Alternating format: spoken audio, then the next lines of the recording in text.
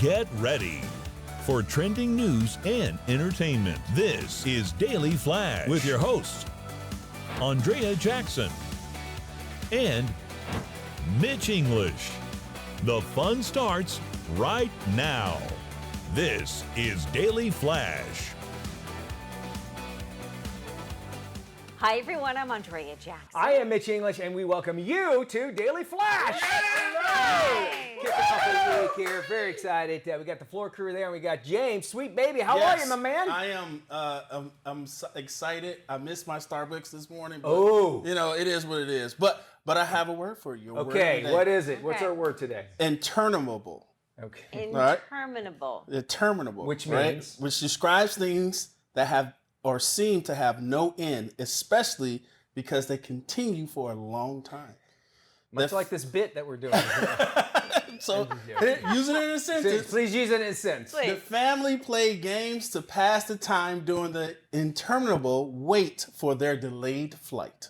All right, interminable. If I look at the image on the screen, there's James in person, and there's James on the screen. That's interminable. Keeps James. going on. Keeps going on Makes and plenty on of and sense. on and on. All right, we will try to use that in a sentence today. To my right is love the non-interminable Matt Doolittle. The one and only. Yes, to see all the interminable Daily Flash stuff, you can go to our website at dailyflashshow.com, click on all our social medias, like, share, do all that fun stuff, and send us a note, flash@dailyflashshow.com. Thank you there, Maddie. Okay, question for you guys. Have you ever taken a work trip and brought a friend or a family member with you kind of on the down low? Yes. Meaning like they didn't know? They didn't know, kind of or like the you kept it boss? sort of secret. Yeah. Yeah, I have. I've done And that. why? And why? It was my son. I took my son with me out to LA one time, and though it was kind of welcome, they're like, "Yeah, you can do that," but you know, even so, I just have a memory with Yeah, him, I did you guess. feel weird about it? I did, yeah, because I probably acted different. I didn't buy and do the same things I would normally have done. Yeah. All right. James is like, yes. It was like a mullet. Business in the front, party in the Party in back. the back. Oh, is that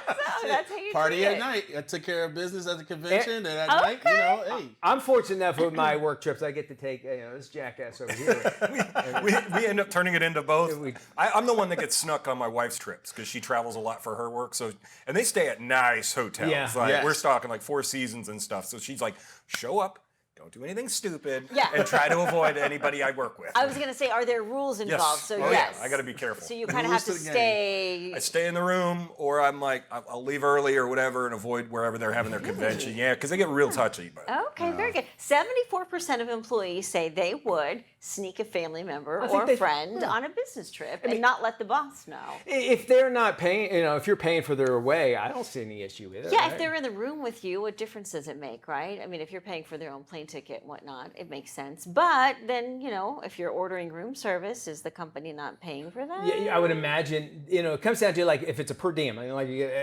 a set amount of Yes. money and you're just going to have to split, you're not going to be able to go gorge out as much as you normally would. Yeah. Now, of course, we've decided that we're going to name these things. Oh. It's now called blended travel. You can refer to it as blended travel or bleisure. Blended That's leisure. not bad. I like bleisure. You I like bleisure. Write that down as your word of the day. Bleisure? Okay, all right. Bleisure. Word of the day, bleisure. I have a bleisure suit, actually. I bleached it.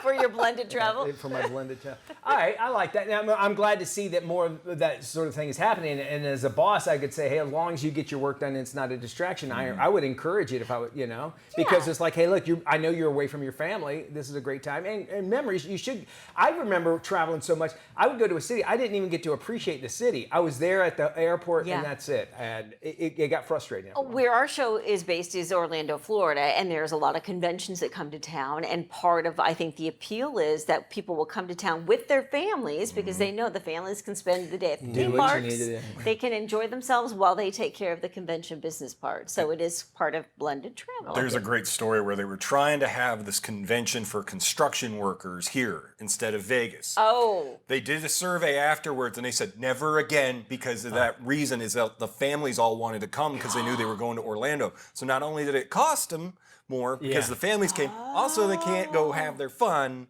you know, with That's a the very family good in point. town. yeah. I So, could see that being an so issue. they were like any of the like, you know, manly convention stuff they leave in Vegas. Like CES is never They coming leave here. in Vegas. Leave it there. That's what happens there. It'll always. happy and Yes. continue on invasion. All right, we are moving forward with some trending stories. Got a good one from the No Good Deed Goes Unpunished file. There was a cyclist in New York. He tried to actually save a venomous snake from being run over by a car. However, he was bit in the process. He spotted the copperhead snake lying across the roadway. When he reached out to grab the snake, guess what? It bit him because guess what? He's a snake. Look at his finger there. Oh my God. Two good Samaritans rushed. They called 911. Victim's finger ballooned up, turned a dark shade of purple, as you saw there. He was taken away in an ambulance. A team of doctors who specialize in snake bites were called in to treat him. He spent 2 nights in the hospital, just that one finger, unable to use his hand for a week. My God. You know, in places I would imagine like New York probably don't have that access. Like here in Florida, I'm sure we can get the anti-venom anywhere because there's more snakes here. But you know, New York, I imagine would be a little bit hard pressed to find it. I guess my question is like, what gave him the confidence to grab the snake in the first place? It's not like the thing looks like a cuddly bunny or a turtle. Thank you know, you. Right? So you don't feel bad for him, is what you're saying? No, for the snake, I don't. I feel bad for the snake. What is that? There's an old Indian proverb that says, you know, this guy, I'll make it succinct. Indian goes to the top of the mountain, there's a snake there, tells him to break down 3 or 4 times. The guy's, come on, just take me down. He takes the snake down, takes him down to the bottom, snake bites him. So why'd you bite me? He goes, you knew I was a snake. Yeah. Right? So if you go and pick up a snake, you know, expect to be bit. That's why I stay away from him. Yes, He I did it for know. social media. For social media. He did it You're for the probably clicks. right. That's the truth of the matter. He can't point to a new one now because his finger looks like Fred That Flintstone. poor snake. Yeah. He probably got run over by a car anyway. I'm certain Bit killed. and like threw him off and then exactly. Well, here's another one for you. A man shot dead in a road rage incident nearly 4 years ago appears in an Arizona courtroom to forgive his killer from beyond the grave. Happened with an eerie AI video that was played by his family. A lifelike video version of Christopher Pelkey spoke to a court audience in what is believed to be the first ever use of artificial intelligence to deliver a victim impact statement. Pelkey was shot to death in his car during a road rage incident back in 2021. All right, so deep dive. I had to do a victim's speech like this, and it's something obviously, you know, because it's very impactful for the courts, number one, but also at the same time, it's like you want to make sure you get everything out. I want to know though, where did that script come from? Was this guy, you know, or were these words put in from his family? Do you know what I'm saying? Or did they have the family go, this is what we want to say, and we think our best representation is that? And again, this usually happens after the sentencing of, like the sentencing already has come down, and it's just a way for the victim's impact, that victim impact speech is to be able to let the court say, hey, you made the right decision, and that sort of thing. Sometimes they do it. In my case, they did it after, you know, it was a plea bargain, so I wound up doing that. And but to this, I think it kind of, it's a great way to get that person in court, but it really, if there's a jury, I couldn't see that you would only be able to use this in a victim impact speech, I guess is what I'm saying. After sentencing. After, because going back, I think the other day we were talking about dogs, like the tone and voice and body language and everything, that's what juries kind of pick up on. If it stays in that realm of it, I don't see a problem, but using that as video witness, it would be extremely dangerous. I don't think they're ever going to allow that. I hope not. I hope not. You But never now it's in know. the court system. Yeah. I mean, that's what we all the said. thing. We never thought it would happen. And But this is in a way kind of putting your foot in the door, right? And That's what I'm saying, right. Opening up the opportunity for them to use this in court, to use this as, you know, a reenactment, so to speak. I mean, yes, you're saying that you were able to do that after sentencing, but there are some courts in some states that allow the victims to speak before the sentencing, so that could affect the judge's decision to make the sentencing. Who's to say that this won't happen? And then, of course, you've got parole boards that are listening to people who want to get out of prison, and who knows if they'll be using those AI victim impact statements in front of a parole board to determine whether or not they let out someone. courts and laws are based on precedents, meaning if any kind of thing that's happened inside Case of a courtroom, law. case Yep. law. Thank you. And so, if now that this is introduced, and that's why I'm saying if we keep it on what it's being used for now, I can see it being extremely impactful. Sure. By all means. However, there's no emotion involved in that.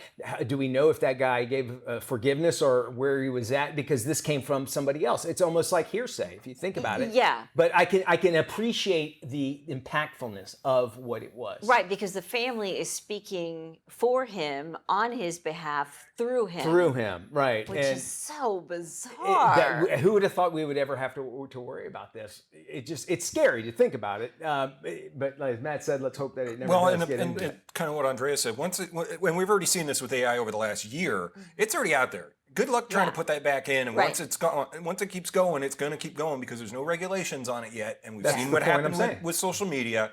So that this will keep evolving. Right. Once the genie's out of the bottle, good luck putting it back in because we're past that point. Yeah, I'm just thinking of where does it stop? There's so much technology that is infiltrating everything. It's going to be illegal. So, and also AI can look back on court and help out. I can see help out in different cases. We want you to stick around. Please do. We're back right after this.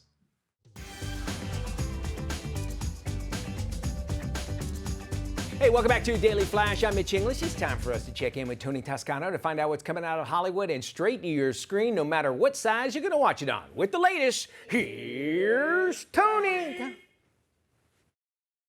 Thanks, Mitch. Streaming on Prime Video is the comedy drama, The Comic Shop.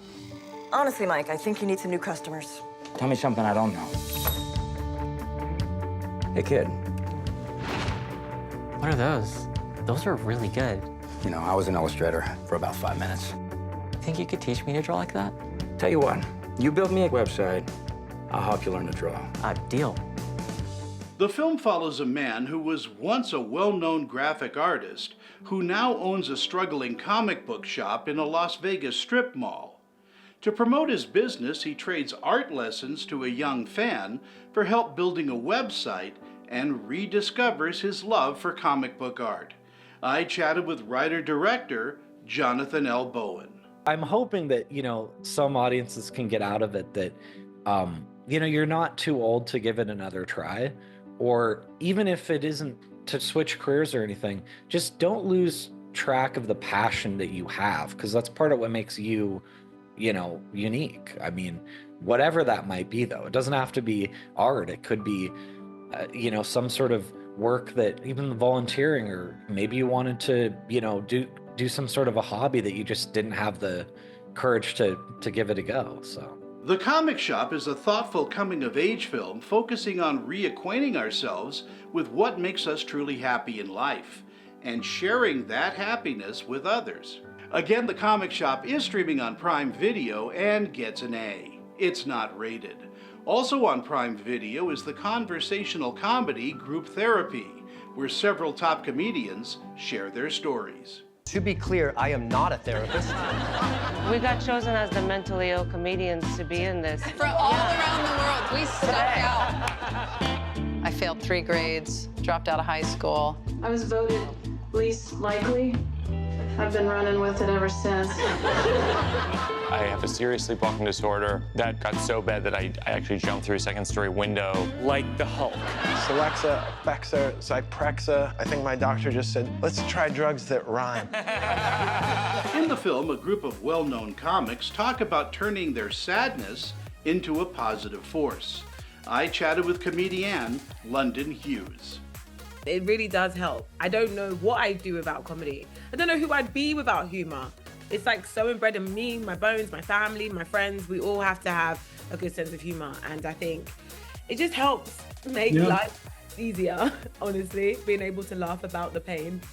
Let's talk for just a second as we wind up, though. I mean, you are such a good dramatic actress. Does that also come from humor as well? I think so. I think comedians make the best dramatic actors and actresses. If you look at some of the best villains, comedians, I feel like, or the best, like Jim Carrey's amazing, Robin Williams amazing. I just feel like there's part of it. If you can make someone laugh, you can make them cry. Hosted by Neil Patrick Harris, Group Therapy is a well-paced discussion on how top comedians take their personal challenges and present those challenges to the world wrapped in humor, and how sharing their stories strengthens mental health.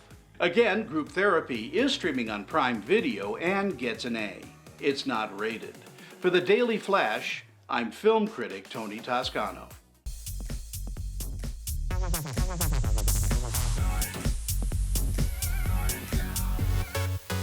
Hey, it is time for us to Get Flash. This is where we get questions from you, the viewer, and then we share our reactions to it, our thoughts. Each one of us will get about 15 seconds to sound off on the story. We want you at home to be a part of the conversation. Share your comments with us. So here we go. Our first viewer asks, should I get flash for telling my sister I will not be her maid of honor since she didn't come to my wedding because her dog died? My sister and I have always had a complicated relationship. I think she is emotional and dramatic, and she was supposed to be my maid of honor, but 2 days before my wedding, her dog died and she didn't show up.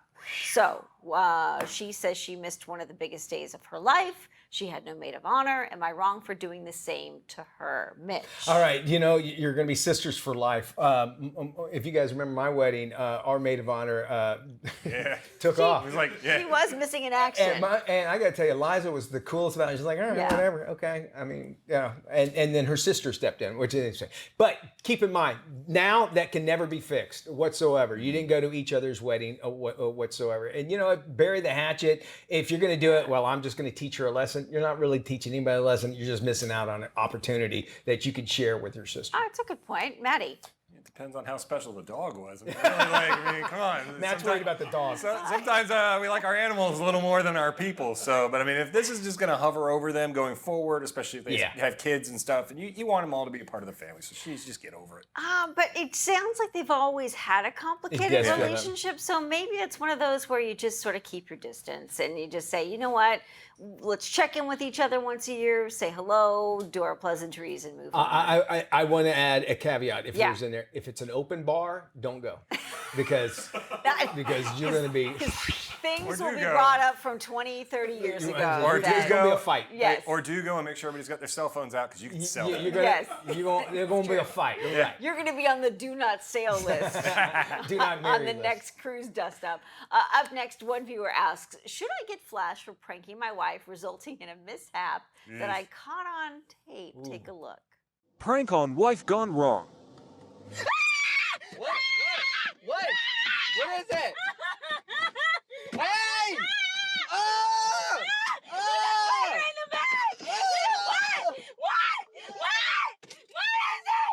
No, you like a door! Well, if you can't tell by the video, a husband who knows his wife does not like bugs put a fake bug in the visor above her seat. When she let it down to use the mirror, bug fell out, sending her into a panic. Okay, she's going to remember that by all means, and they put that back in the memory. Keep that in mind. You might have got a lot of people online. Never prank your wife. I learned the hard way. I think it was fake. Yes. She seemed pretty planted, freaked out. Yeah, I did look that. More flash after this.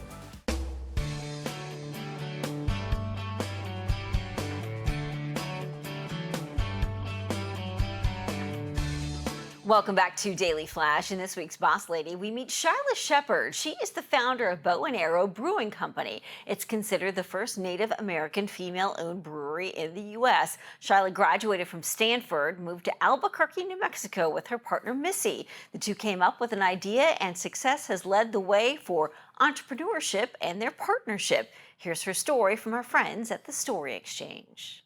Fortunate to be at Stanford every day. There's a Native American community center. There's a lot of commonality regardless of, which reservation you come from. We actually met at the community center in the computer lab. We started, dating. We've been together ever since, so it's been over 20 years. Missy and I both kind of connected on our appreciation for craft beer, learning about yeast and the ingredients, the history, the geography, the science of craft beer. I think it really sparked our interest and curiosity.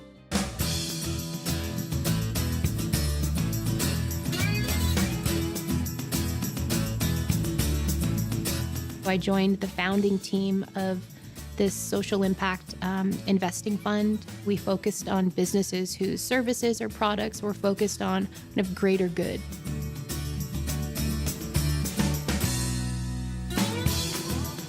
For the most part, craft beer, it's pretty homogenous in terms of, white bearded men. That can make it challenging sometimes to approach people and build those relationships. even with my background and experience, it was a very challenging process to navigate. I approached every bank in Albuquerque and was told no, even though I had equity. I had a very detailed plan. I could talk through it, but I was told over and over and over, we don't do startups. Wait a second. There's 10 floors.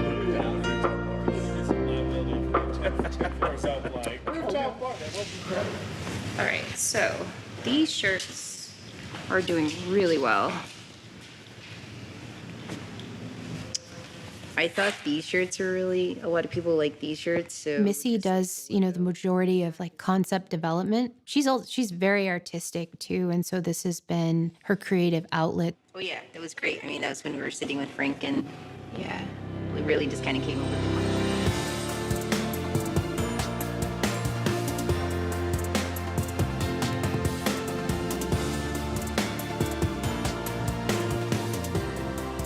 We now source our blue corn from Tamaya or the Santa Ana Pueblo. We always highlight where our corn comes from. It means a lot to us that we're also doing business with another, native-owned business as well. So that's something that really aligns with our core values. So we do custom grinding. We do all 23 tribes in the state of New Mexico. Every tribe is different. So every tribe wants different textures and different roast. So we do that, and that's what we use this La Milpa for. So for our coarse grind, does it run through just this one then? Yes, it does. It's super gritty, grittier than what they normally, make for some of their other products. But so they roast it for us. They crush the corn for us, and we buy it from them in 50-pound bags, 500 pounds at a time.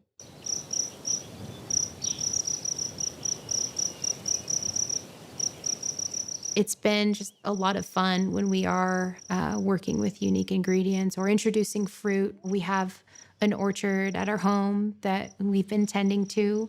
The peaches ultimately ended up in a traditional golden sour beer. It's actually on draft right now. It is a taproom exclusive and one that we're very proud of.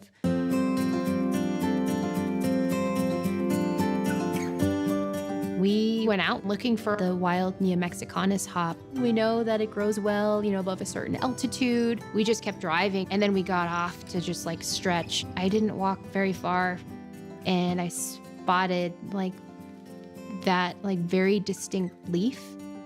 They were giant, lush green hops. And it's funny with plants, growing up, my grandma, she said, you really have to be in a positive mindset when you're going out and harvesting, she said, because if you're not, she said, they'll hide from you.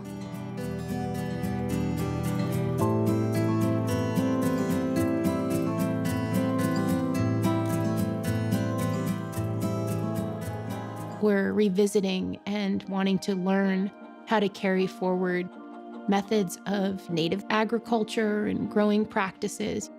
What we've realized now is climate change and things, a lot of that native knowledge and history was really rooted in science.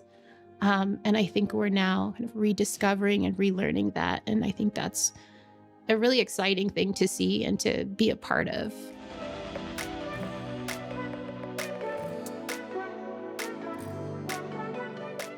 This is Daily Flash with your hosts, Andrea Jackson and Mitch English. Trending news and entertainment. This is Daily Flash. Hey everyone, I'm Andrea Jackson. I am Mitch English, welcoming you to Daily Flash. Thank you so much for hanging out with us. We might say goodbye. I could definitely say that the way we have communicated over the past 10, 15, even 20 years or so has changed a lot. Like how we use the terms LOL, it comes into our vernacular. Something that's going away though is the semicolon. They did, especially in younger writers. So like when you're reading books, maybe that might be 20, 30 years old, you'll see the semicolon more often than you would today. Matter of fact, it's dropped by about 50% since the year 2000. English language books are seeing about About every 205 words to once every 390 words. Okay. Now. So about cut right basically in half. And a lot of them are because they don't really know how to use the semicolon. It's a tricky punctuation. Yes. So the definition of a semicolon is indicates a pause, typically between two main clauses, is more pronounced than and indicated by a comma. So you'd have a semicolon.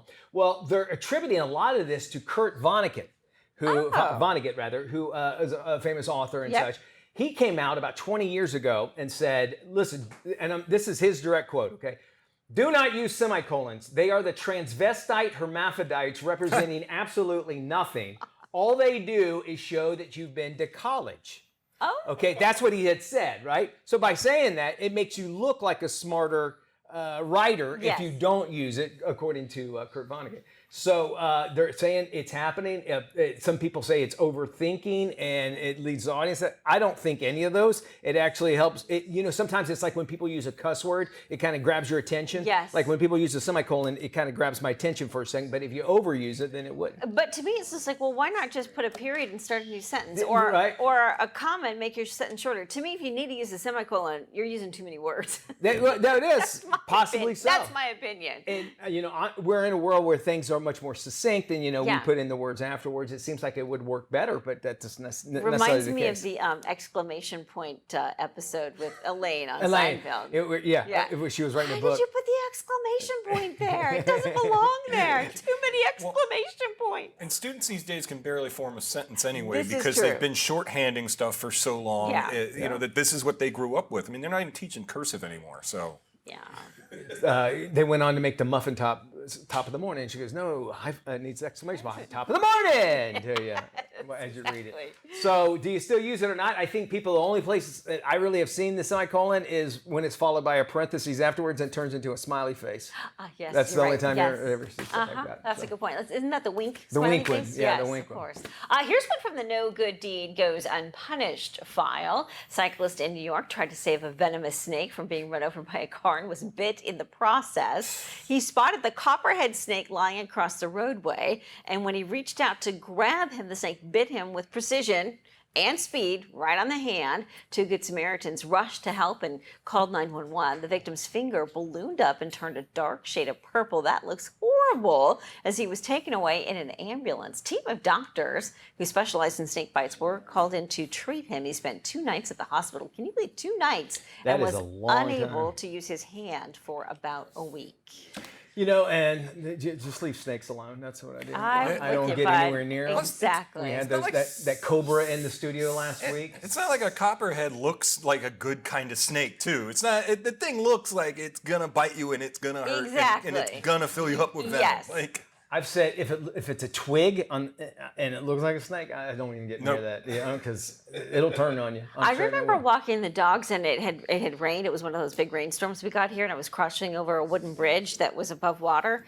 A giant water moccasin went right, and I almost missed it because I had my head down. I was probably on my phone listening to whatever, and I looked up for just a hot second, and I saw this thing like move across, and I stopped dead in my tracks. But I would have walked right over the damn thing, and it probably would have bit us. They're territorial. Yes. They'll go after you. So think about that. Something we have to worry about here in Florida. I don't think anywhere else. No. Maybe in New York. That's why.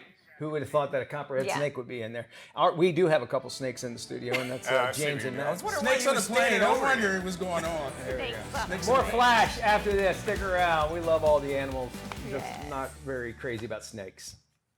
Welcome back to Daily Flash. Looks like new research that's highlighting now a link between our spending habits and buying fake goods. Jeff Hardy joins us now with the results of a very shocking new study. Jeff, thanks for joining us. Thanks for inviting me, Mitch. All right, what did you really find out about regarding American consumers and their views on those fake goods?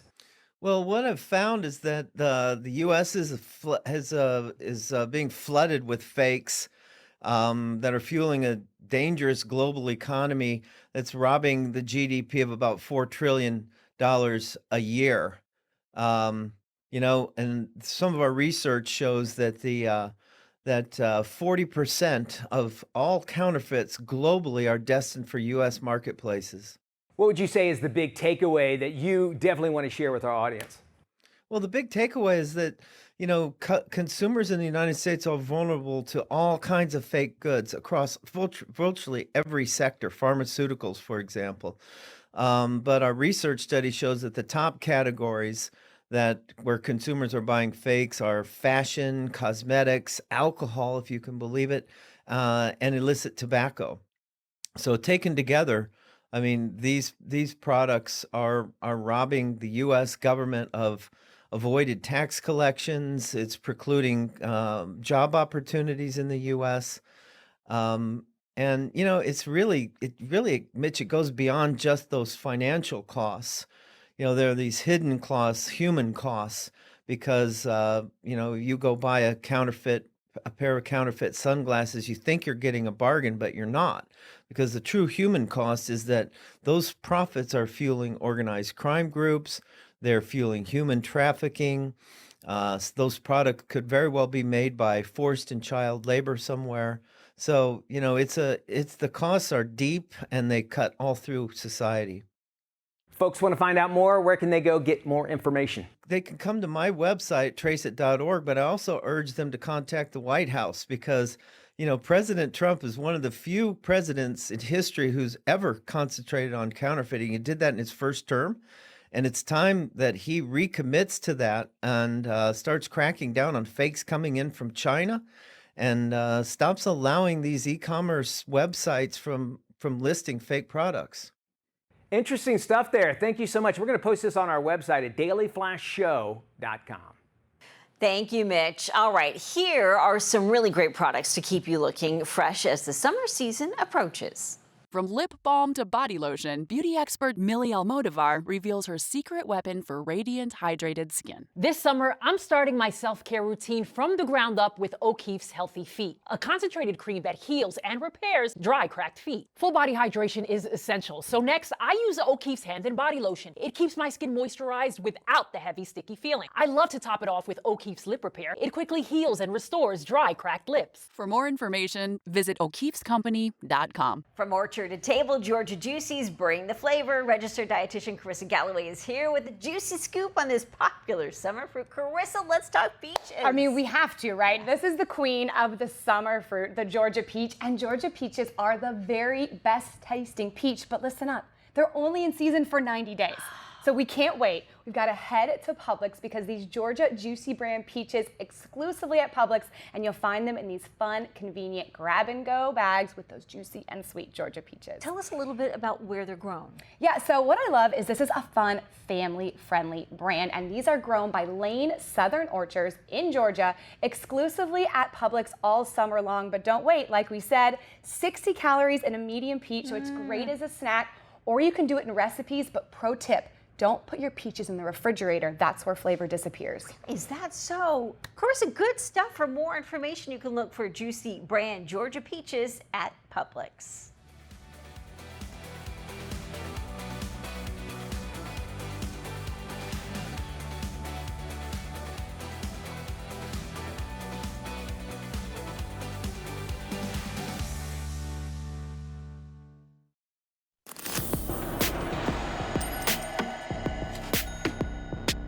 Hey, welcome back to Daily Flash. I'm Mitch English. Listen, we're in an unstable economy, and it has more and more Americans from all walks of life actually looking to supplement or even replace their income. So what are some of the best ways to do it? Well, here with the more insight is Amanda Webster. She's the Chief Revenue Officer of Accruity. Amanda, welcome back to the show. Right into it. With the economy actually doing its best roller coaster impression, it seems like everybody's picking up those side hustles. Is this the new American dream, maybe working 2 jobs and still affording that avocado toast? I mean, I don't know if it's the American dream, but I do feel it's kind of almost like a gateway to being an entrepreneur. Right. We're seeing a lot of mini businesses in the form of side hustles. Right now, to be able to, make ends meet, to be able to afford the things that you maybe want instead of just need, right? Getting all those things met. But I do think it could lead to a bigger, entrepreneur revolution as things open and economy starts booming, hopefully in the short term. What's great is the imagination. What is it, like desperation or whatever, that intuity that comes out when you're in need of things. So that sometimes comes off these really weird kind of gigs. What's the quirkiest side gig that you've actually come across that's actually helping folks really make those ends meet? I think it's getting back to the roots, right? Seeing people creating jams and selling them, Oh, seeing okay. people creating different, I've seen people with like biblical verses in like jars and they're selling them for affirmations. It's just basically innovation and ingenuity, whatever it is that you have going. There's a market for pretty much everything, but there's a lot of risk also. And you need to know, I guess, the landscape of what you're heading into, which brings us to the financial literacy. That's a buzzword pretty much of the day. How can we actually make budgeting as exciting as binge watching our favorite TV shows? Well, I always say, plan for where you want to be in the future, right? So if you can make it exciting of actually having real goals. In the business world, we try to make, attainable goals that are realistic. Same thing with being in your household, right? I just did this recently with my kids of like, what do you want to do this year? What are the trips you'd like to see? And even if we can't do it this year, let's plan and see how we can get there. Making it exciting to know that there's a goal. There's an exciting thing to plan for, basically. Well, let's talk about people that maybe they've had this talent, or people say, hey, you should sell these or you should do this. Are any tips on how we can turn those hidden talents into income without actually turning our lives into a 24/7 infomercial? I think that social media makes things, crazy right now, but I think you need to tap into the resources you have. There's, the SBA has free resources for business, people who want to create businesses. There's local different groups and chapters of different organizations you can get into, a lot of nonprofits that have tools to help you without having to break your bank, you don't need to become famous to do these things, but you do need to have the right resources to mitigate the risk. So looking into what's available in your city or closest city to see where you can get some free resources or low cost resources to help you get that idea into an actual business model and into an actual revenue stream. That makes a lot of sense of what you're saying. And also, if you think, this is where AI could actually come in, go to ChatGPT and just say, hey, these are all my hobbies. This is what I like to do. This is how much time I have. What kind of job? I mean, that's where we could use AI for a good thing. Love these ideas, Amanda. Thank you so much. If you want more information on how to turn side hustles into jobs, just head to our website. It's dailyflashshow.com. Humane World for Animals, formerly called the Humane Society of the U.S., has spent decades deploying to some of the world's most devastating crises. Here to discuss their latest mission and what you need to know when disaster strikes is their president and CEO, Kitty Block. Humane World for Animals, just like our name is, we work around the globe. And it's not just companion animals, it's all animals. It's wildlife, it's farm animals. And we do a whole host of things to protect them. But what we're talking about today, which is so important, is animals in disaster situations. And recognizing the crisis situation that it is, we work in Australia. We were there for the wildfires, rescuing everyone from koalas to kangaroos. We're in India in flooding, and of course around the country in the U.S. helping with wildlife and people's companion animals. And that's really so important for people to understand, for governments to understand that people do not get out of harm's way in a disaster situation if they cannot evacuate with their dogs, their cats, their family members. And that's really what we work on and the message we're trying to spread. For more information, go to humaneworld.org/prepare. Hey, Emily Colandrelli, also known as Emily the Space Gal, was the 100th woman to travel to space after her ride in a rocket to the stars in 2024. And the journey for her all started when she was just a kid. Emily joins us to share her approach to expanding the young minds of today to pursue a career in STEM tomorrow. Thank you for having me. So as an MIT aerospace engineer, as a science educator with TV shows and educational books, it is always my mission to try to inspire the next generation of scientists and engineers. And so I'm just so proud to be working with Arm & Hammer Baking Soda again, because this is their 6th consecutive year working with Odyssey of the Mind. Now, Odyssey of the Mind is this incredible org that promotes STEAM, science, technology, engineering, art, and mathematics-based competitions for students worldwide. It teaches them skills with problem solving and art. It's like a mix of theater and engineering. It is such an incredible competition, and because baking soda is in some of my favorite science experiments, it only makes sense that they are partnering with Odyssey of the Mind to help inspire the next generation of scientists and engineers. So Odyssey of the Mind World Finals is at Michigan State University this year. I went to the World Finals last year, and let me tell you, the energy in those rooms, it's electric, because these kids, they're learning teamwork, they're learning presenting skills. It's a mix of art and science. It's so incredibly creative, and you can see them instilling that science confidence in themselves that they're going to take throughout their career.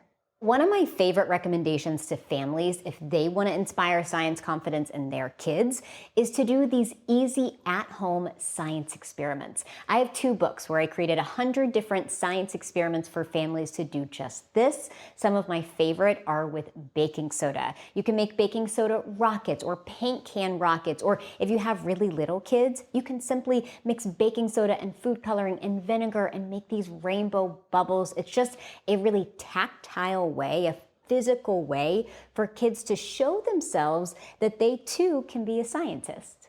So you can learn more about all of this at armandhammer.com/baking-soda and odysseyofthemind.com.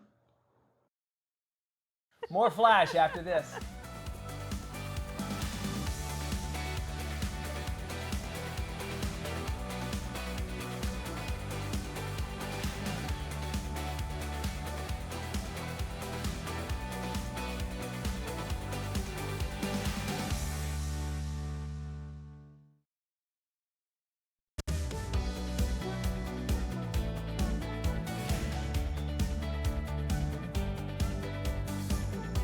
Hey, welcome back to Daily Flash. It's time for us to take a look at the lifestyles of the rich and famous, and we're going to dive into some celebrity real estate. We start with a taste of Hollywood and California's Paso Robles wine country. Check out this 160-acre villa called San Juliet.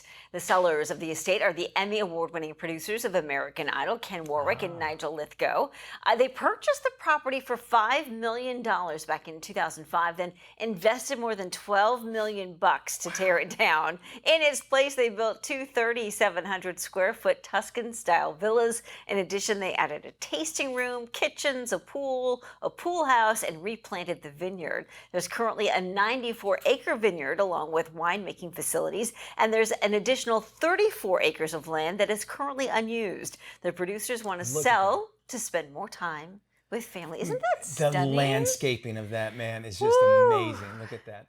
Our buddy David Duchovny, he wants to believe that he's actually going to find a buyer for his Malibu beach home. The leading man of the X-Files and Californication just listed his longtime Malibu home for $12.5 million. Wow. The luxurious custom-built residence comes with a 1-bedroom restored train caboose, believe it or not. It's where he actually wrote his 2021 novel, Truly Like Lightning, and records his podcast, Fail Better. The 3-bedroom main house spans about 3,500 square feet on 1 acre of land. The ultra-modern home features polished concrete floors, soaring ceilings, and large glass doors. The open concept living space, which Duchovny crowned basically his favorite space in his home. It's actually lit up by recessed lighting and skylights, as well as a wall of glass doors that connect the home to the outdoors. Primary suites, sliding glass doors actually open up to a backyard with a lap pool, jacuzzi, outdoor shower, cold plunge, as well as an outdoor kitchen and fire pit. You would never leave that. No, why? Why would you need to, that right? outdoor space is amazing. In Houston, an enclave of 11 homes fully powered by Tesla technology is drawing interest from buyers. Inquiries from all over the globe are flooding in. Nestled in the Oaks of a quiet neighborhood, these properties boast the company's solar roof tiles, power wall batteries, and electric vehicle chargers. Together, they offer a lifeline of continuous electricity in a state plagued by power outages with an aging electric grid. The homes priced in the mid-$500,000 range exceed Houston's median home price of around $365,000. This is another big win for Elon Musk as they create this Tesla community. It's amazing where we're at now and the technology catching up to it. That does it for our show. Y'all take care. We'll see you when we look at you. Bye-bye.